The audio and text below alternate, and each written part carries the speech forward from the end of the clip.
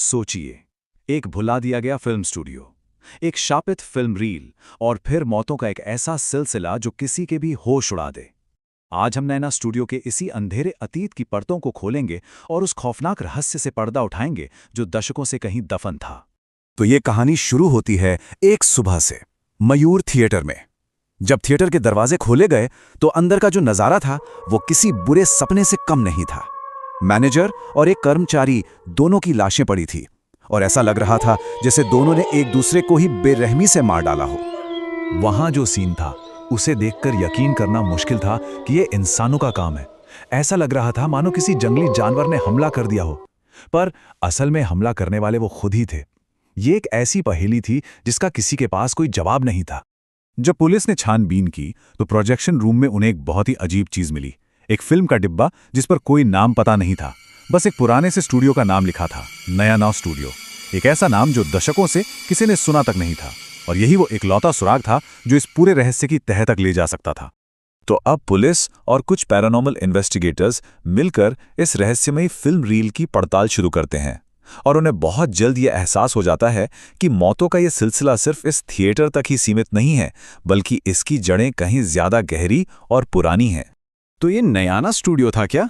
असल में ये एक बिल्कुल वीरान और मनहूस जगह थी जो 20 साल से बंद पड़ी थी। इसे एक नाकामयाब फिल्म डायरेक्टर ने अपनी बेटी के नाम पर शुरू किया था, पर कोई फिल्म पूरी होने से पहले ही उसकी मौत हो गई।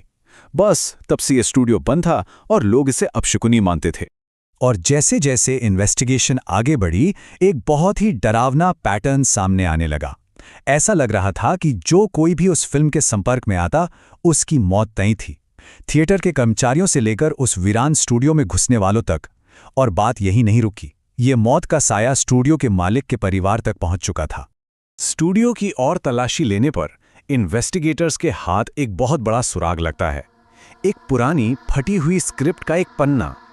ये शायद उसी फिल्म का हिस्सा था जो कभी बन ही नहीं पाई, और इसमें जो लिखा था उसने सबके होश उड़ाकर रख दिए। स्क्रिप्ट में एक बहुत ही दर्दनाक सीन लिखा था, एक पति पत्नी की हत्या और फिर आत्महत्या का। और सबसे हैरान करने वाली बात यह थी कि थिएटर और स्टूडियो में जो मौतें हुई थीं वो बिल्कुल इसी सीन की कॉपी थी। ऐसा लग रहा था मानो किसी ने फिल्म की खूनी कहानी को हकीकत बना दिया हो। अब इस पूरे रहस्य की जो आखिरी कड़ी थी उसे जोड़ने के लिए इन्वेस्टिगेटर्स को उस इंसान तक पहुंचना था जिसने ये सब शुरू किया था, मतलब कि फिल्म का वो रहस्यमयी डायरेक्टर। क्रू की एक बहुत ही पुरानी तस्वीर हाथ लगती है और उसकी मदद से वो उस बूढ़े डायरेक्टर को ढूंढ निकालते हैं जो सालों से दुनिया की नजरों से छिपकर जी रहा था। वही अकेला इंसान था जो इस शापित रील का असली सच जानता। जब उसे सवाल जवाब किए गए तो उसने अपनी एक अजीब, कह सकते हैं खौफनाक ख्वाहिश के बारे में बताया। उसका मकसद सिर्फ एक फिल्म बनाना नहीं था, बल्कि कुछ ऐसा बनाना था जो कला की सारी सीमाओं को तोड़ दे।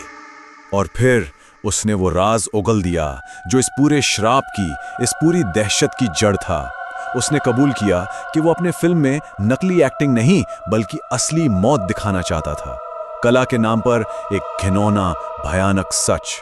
उसने एक सीन लिखा, अपने एक्टर्स को परफॉर्म करने के लिए सेट पर बुलाया, लेकिन उसने चुपके से नकली चाकू की जगह असली धारदार हथियार रख दिए। कैमरा रोल होता रहा और उसने उन बेचारे एक्टर्स को असल में एक दूसरे को मारते हुए रिकॉर्ड कर लिया। उसकी नजरों में यही तो सच्ची कला थी। तो उस डायरेक्टर के उस भयानक काम ने सिर्फ एक फिल्म नहीं बनाई थी, बल्कि एक कभी ना खत्म होने वाले शाप को जन्म दे दिया था। देखिए, वो जो फिल्म रील थी ना, वो सिर्फ एक रिकॉर्डिंग नहीं थी। वो उन एक्टर्स की दर्दनाक मौत, उनके डर, उनकी चीखों की जो साइकिक एनर्जी थी, उसका एक कंटेनर बन गई थी।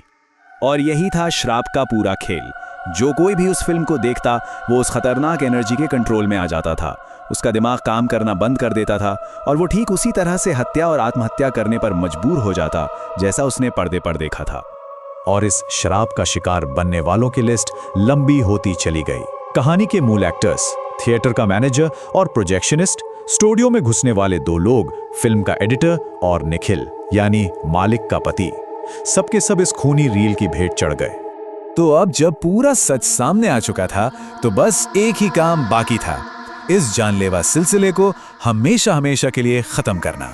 उन्हें पता चलता है कि डायरेक्टर की बेटी नैना, जिसने अनजाने में ही अपने पति का कत्ल कर दिया था, वो अभी भी उस फिल्म के असर में है। उसे कुछ याद तक नहीं कि उसने क्या किया है, और वो किसी और को भी नुकसान पहुंचा सकती थी। इन्वेस्टिगेटर्स को पता था कि वक्त बहुत कम है, और वो ठीक उस वक्त वहां पहुंचते हैं जब नैना अपनी ही बहन को मारने वाली थी। वो पूरी तरह से फिल्म के काबू में थी, उसी खूनी सीन को एक बार फिर से दोहराने के लिए तैयार। उसी पल वो तय करते हैं कि इस बुराई को जड़ से मिटाना ही होगा, ताकि ये फिर कभी किसी और बेगुनाह की जान ना ले पाए। और इस शाप को तोड़ने का बस एक ही तरीका था, उस शापित फिल्म रील को हमेशा के लिए खत्म कर देना।